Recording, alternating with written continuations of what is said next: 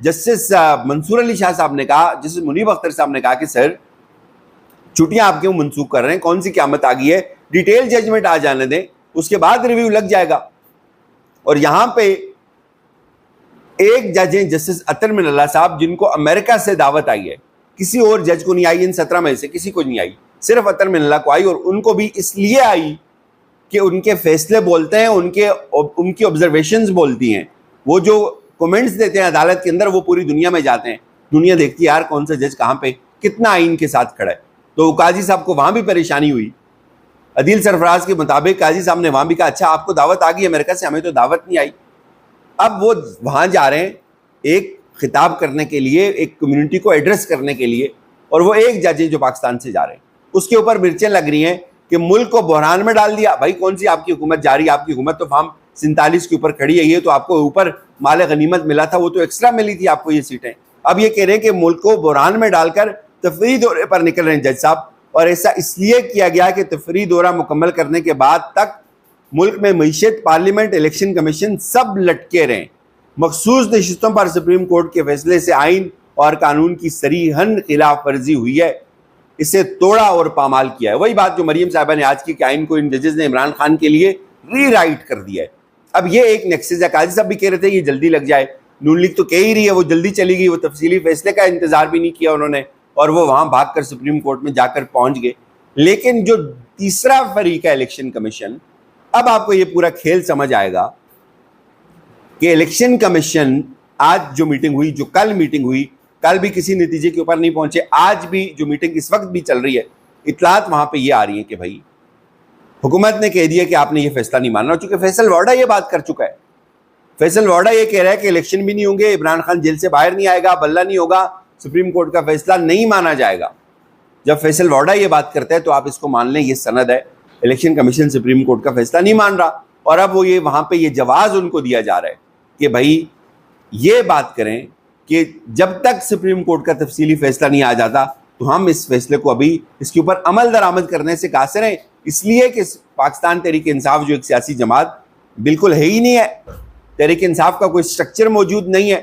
چونکہ تحریک انصاف جو ہے وہ تحلیل ہو گئی تھی, اس کا سٹرکچر موجود نہیں ہے, تو لہٰذا یہ فیصلہ ہم تسلیم نہیں کر سکتے. حالانکہ سپریم کورٹ نے یہ کہا تھا کہ ہمارے فیصلے کی اگر آپ کو سمجھ نہیں آئے گی تو آپ ہمارے ساتھ چیمبر میں آ کر بیٹھ کر ہم سے اس کے اوپر رائے لے سکتے ہیں. لیکن اب الیکشن کمیشن نے آج کیا کیا, الیکشن کمیشن نے جی آج یہ لطیف شاہ صاحب نے اس کو ٹویٹ کیا, اور یہ باقی لوگ بھی وہاں پہ تھے, کہ الیکشن کمیشن میں عجیب و غریب ماحول بنایا گیا ہے. الیکشن کمیشن کی کوریج کے لیے جانے والے چینلز کے کیمرہ مینز اور دیگر تکنیکی سٹاف کو نماز جمعہ کی ادائیگی سے روک دیا گیا. حکام سے جب پوچھا گیا کہ یہ سب کیا ہو رہا ہے تو کہا گیا کہ بھائی اوپر سے آرڈر آیا ہوا ہے. اندر کیا ہو رہا ہے, اندر یہ ہو رہا ہے کہ سپریم کورٹ کا فیصلہ اڑانا کیسے ہے, اس کو کیسے مسترد کرنا ہے, اس کو کیسے اس کا انکار کرنا ہے. تو یہ ایک گٹھ جوڑ ہے. اور دوسری طرف پاکستان تحریک انصاف کے 41 میں سے کچھ لوگ یہ کہہ رہے ہیں کہ جو بیرون ملک لوگ ہیں انہوں نے آن لائن کرنا ہے, لیکن 41 میں سے 38 ارکان جو ہے انہوں نے اپنی وابستگی پاکستان تحریک انصاف کے ساتھ ظاہر کر دیا, اور جتنے بھی فارمز ہیں ڈکلیریشن جو ہے وہ پاکستان تحریک انصاف کے نام کے اوپر الیکشن کمیشن کے اندر جمع کروا دیا ہے. یہ بہت بڑا چینج ہے پاکستان تحریک انصاف کے اینڈ پہ کہ کوئی بندہ نہیں ٹوٹ سکا تحریک انصاف کا. کیوں, کیا وجہ لوگ نہیں ٹوٹ رہے؟ یعنی کہ یہ تو مطلب بہت آخری حربہ تھا جہاں پہ لوگوں کو توڑنے کے لیے کچھ بھی ہو سکتا تھا, اور ہوا بھی, لیکن اس کے باوجود لوگ نہیں ٹوٹے. سوچیں کیوں نہیں ٹوٹے لوگ؟ لوگ اس لیے نہیں ٹوٹ رہے, لوگ اس لیے اب پیچھے ہٹنے کو تیار نہیں ہے کیونکہ جو ظلم تھا وہ سامنے آ گیا کھل کے.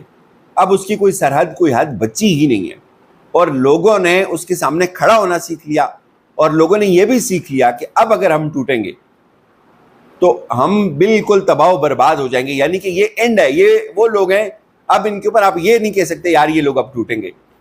یہ بہت ساری مار کھا کے یہاں پہ پہنچے ہوئے ہیں, یہ بہت سارے ستم جھیل کے یہاں پہ پہنچے ہوئے ہیں. یہ آگ اور خون کا جو دریا ہے جس کو مریم صاحبہ کہتی ہے نا, جو وہ عبور کر کے گئی ہے وہ نہیں ہے, یہ لوگ عبور کر کے آئے ہوئے ہیں. تو اب یہ ٹوٹنے والے لوگ نہیں ہیں. تو ان تمام لوگوں نے اب جمع کروا دیا. اب یہ جواز بھی نہیں ہے یار اب تو جمع ہی نہیں کروایا. ہاں فیصل واڈا کو یہ ضرور ہے فیصل وارڈا یہ کہہ رہے جی ان میں سے کچھ لوگوں کے جو دستخط ہیں وہ ٹھیک نہیں ہیں. یعنی آپ مانیٹرنگ چیک کریں کتنی باریک مانیٹرنگ ہو رہی ہے, ایک ایک چیز کو چیک کیا جا رہا ہے اور رپورٹ کیا جا رہا ہے. اور فیصل وارڈا کہہ رہے ہیں جی سعد کے اوپر ہمیں شک ہے وہ ٹھیک نہیں ہے, تو بھائی دستخط کا تو کوئی مسئلہ نہیں ہے, وہ ہو جائیں گے.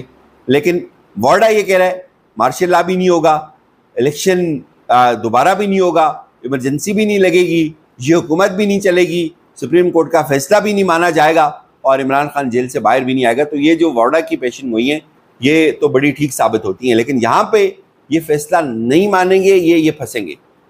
یہ جو مرضی کر لیں, عدالتی شہید بننے کا پورا فیصلہ کیا مسلم لیگ نواز نے کہ اب ان کے اینڈ پہ اور کوئی بیانیہ نہیں ہے, تو یہ بیانیہ لگاؤ بھائی کہ عدلیہ نے ہمیں کام نہیں کرنے دیا. عدلیہ نے, حالانکہ اس فیصلے سے ان کی حکومت کہیں بھی نہیں جا رہی, حکومت کو کوئی فرق نہیں پڑ رہا, حکومت اپنی جگہ موجود رہے گی. لیکن بات وہی ہے کہ یہ سوچتے ہیں کہ یار ایسی حکومت جس میں ہم کوئی آئینی ترمیم نہیں کر سکیں گے, ہمارے پاس کوئی اختیار نہیں ہوگا, ہم ڈے ٹو ڈے بزنس چلائیں گے, اس حکومت کا ہمیں کوئی فائدہ نہیں ہے, لہٰذا کسی کے متھے لگو, مارو کسی کے ساتھ ٹکر. اجازت دیجیے, اپنا خیال رکھیے گا, خدا حافظ.